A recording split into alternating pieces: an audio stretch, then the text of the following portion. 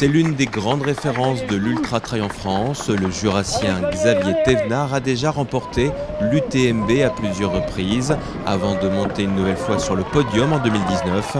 Déjà vainqueur en 2013, 2015 et 2018, ce champion âgé de 31 ans s'est déjà hissé à la hauteur de Kilian Jornet, au palmarès de l'une des plus belles courses au monde. Il est aussi parvenu à remporter la course Chamonix-Courmayeur en 2010, sur les traces des Ducs de Savoie en 2014 et l'OCC entre Orsières, Champex et Chamonix en 2016. Xavier Thévenard s'est confié au micro de Stéphane Facetta, un champion plein d'humilité et riche d'une belle expérience qu'il partage de manière naturelle. Bonjour Xavier, merci pour ce moment de partage. Est-ce que tu peux nous dire quelques mots sur ton parcours de trailer et notamment sur la partie longue distance ? Ouais, ça fait 10 ans que je pratique la discipline, donc là j'ai 31 ans, grosso modo j'ai fait mon premier ultra à 21 ans sur la CCC, un 100 km bien connu. Et puis après, depuis là, c'était bien passé, j'ai gagné la course. Puis toutes les années, j'ai un programme de course et j'essaye de le faire du mieux possible. Et voilà, j'arrive à concrétiser souvent mes objectifs, donc je suis assez satisfait de ça. Et puis après, je me mets toutes les chances de mon côté pour y arriver. Et puis j'essaie de faire du mieux possible. Après, voilà, je m'épanouis dans la discipline, donc tout roule pour le moment. Pas de blessure, ça va bien, voilà. Dans le trail, comme dans d'autres disciplines très exigeantes, en termes d'endurance notamment, quelle est pour toi la part du mental dans ta préparation et dans la partie performance ? Ouais, je pense qu'elle est vraiment importante. Après, un pourcentage exact, je pourrais pas dire, mais je pense qu'il faut accorder autant la part de mental que la part de physique.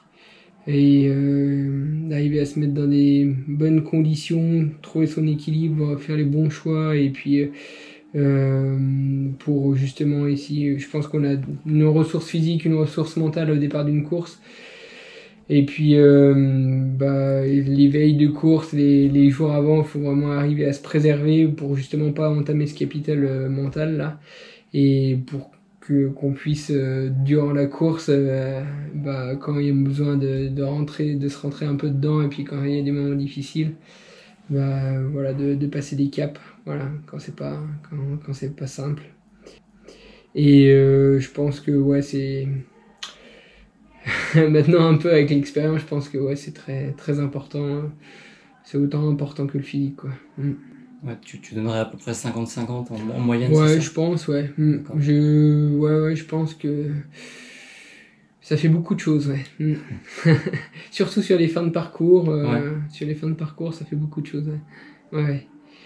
Et sur ce genre d'épreuve-là, d'ultra endurance, où on est plus de 20 heures dans la nature, et avec souvent une nuit, voire deux pour certaines personnes. Faut se dire que il faut rien lâcher, quoi. Et puis des fois c'est pas simple si on est un peu entamé, arriver à passer les caps, il faut se faire violence, quoi. Justement, lors de certaines épreuves, afin de passer un certain nombre de caps, as-tu mis en place des routines particulières ou c'est quelque chose que tu fais d'instinct ? Ouais, je suis plus à l'instinct. En fait, j'arrive à savoir dans quelles conditions il faut que je sois pour arriver bien le jour d'une course. Et je vois un petit peu mon comportement d'avant-course, mes sensations, mes émotions que je peux avoir avant une course. Si c'est celle-là, je sais que je suis dedans, quoi. Si j'ai l'envie et j'ai vraiment l'envie de bien faire, etc., que ça me démange d'y aller, que j'ai les fourmis, il y a forcément un peu de peur, un peu de doute, mais c'est de la bonne peur, quoi. Je suis content d'être sur la ligne de départ, et toutes ces petites choses-là, ça me dit que j'ai fait ce qu'il fallait avant pour me préserver mentalement, et derrière, c'est du bonus, ça va. Je dis pas que ça va jouer, ça va réussir, parce qu'il y a une part d'incertitude aussi sur ce genre de distance, mais au moins tout ce que j'ai mis en place et réuni sur la ligne de départ, j'ai déjà moins de doutes, parce que j'ai enlevé beaucoup d'incertitudes avec toute cette préparation physique. Et puis sur la préparation, on va dire, mentale, c'est plus voilà, des équilibres à trouver avec ses proches, c'est dans quel contexte je dois être, dans quel environnement, avec pas beaucoup de sollicitations, etc. Et derrière, si j'arrive à mettre en place un peu cette routine-là, je suis à peu près sûr d'être dans des bonnes dispositions. Ouais. Quoi. Je sais que tu as une préférence pour les trajets longs, les ultras dans la discipline. Qu'est-ce qui t'a amené à choisir ce type de parcours? Est-ce lié à la facilité que tu as à être sur les trajets longs ou peut-être à la notion de plaisir? C'est une forme de curiosité, c'est ce qui m'a amené vers le long. Depuis gamin, en fait, je m'aperçois que j'adore l'effort d'endurance. Avant, je faisais du biathlon. L'effort de biathlon est peut-être un peu quand même plus violent, même si c'est un sport d'endurance, c'est des efforts de 30-40 minutes. Et moi, j'ai le souvenir, quand j'étais gamin, derrière, j'y retournais toujours, pas pour dire que j'étais plus fort que les copains, hein, pas du tout, mais parce que j'avais besoin de passer du temps dehors, et puis je m'épanouissais à aller dehors. Puis après, c'était une forme de curiosité, de me dire, allez, Vincent Vitoz ou Raphaël Poiré, c'était des exemples. Et puis eux, ils arrivaient à se mettre un volume horaire dans l'année qui était impressionnant. Et puis moi, quand je comptais à la fin mes heures dans l'année, je me disais qu'il y a quand même une sacrée marge. Mais bon, j'étais cadet ou junior, donc c'était pas pareil. Hein. Un senior, on arrive mieux à encaisser. Et puis du coup, ça m'a toujours voulu en faire un peu plus, voir si j'arrivais à faire comme eux. Puis en fait, l'effort d'endurance me correspondait déjà bien quand j'étais plus jeune. J'aimais bien aller aussi à l'aventure, découvrir des endroits. Et puis en fait, c'est un peu la suite logique de ce que je fais depuis gamin. J'ai toujours fait la même chose, mais maintenant à une échelle un peu différente. Quand j'avais 12-13 ans, je faisais déjà des grandes distances à vélo ou à pied. Des grandes distances, ça pouvait être de l'ordre de 50 km. Maintenant, je fais des 160 km, mais à l'échelle de mes 30 ans, c'est un peu la suite logique. Et puis en fait, je sais pas, le côté aventure, défi un petit peu que j'aimais bien. Et puis je sais que moi, je fais pas très vite, j'aime bien aller longtemps. Et puis je sais que j'ai beaucoup de patience. Et la patience pour ce genre d'effort, c'est vraiment un point fort, je pense, un atout, parce que quand il y a des moments qui sont difficiles, il faut être patient pour passer le cap et puis toujours rester optimiste. Et voilà, moi je pense que je suis plutôt de nature optimiste aussi, donc c'est des choses qui me collent assez bien, quoi, au sport d'endurance, en fait. Ouais, c'est une qualité, je pense, aussi essentielle. Ouais. Avec les conditions, et puis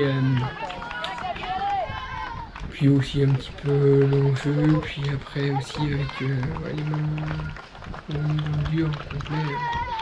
Si on panique trop, on peut vite mettre la flèche et mettre le clignotant de côté, quoi. Ouais, mais c'est plus facile à dire qu'à faire. À chaque fois, c'est toujours pareil. Ouais. Pour terminer cette interview, il reste à peu près un mois avant l'UTMB. Est-ce que tu peux nous donner tes derniers éléments de préparation avant cette belle épreuve? Là, j'ai 2 semaines qui arrivent assez chargées, on va dire. Et puis après, ces 2 semaines-là, ça va être des phases un peu plus tranquilles pour essayer de surcompenser. Après, moi, je travaille beaucoup avec la variabilité de fréquence cardiaque. Donc ça, c'est un outil que j'utilise depuis longtemps et puis qui m'aide bien en phase de gros objectifs, savoir un peu les entraînements qu'il me faut et puis que ça soit un peu plus précis. Donc sur les jours avant, je me fie beaucoup à la variabilité. Et puis sinon, voilà, après, ça sera vite là, dans 30 jours. Ça vient vite. Ouais. Ça vient vite. On fera du mieux possible. Voilà. Ok, Ouais. très bien.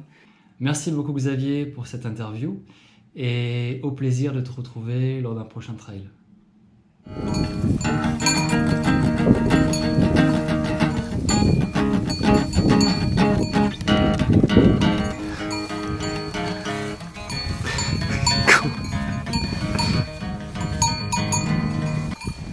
Allez, on rentre. Vous avez aimé cette vidéo, n'hésitez pas à liker, à vous abonner à la chaîne et pourquoi pas à laisser un commentaire. À bientôt.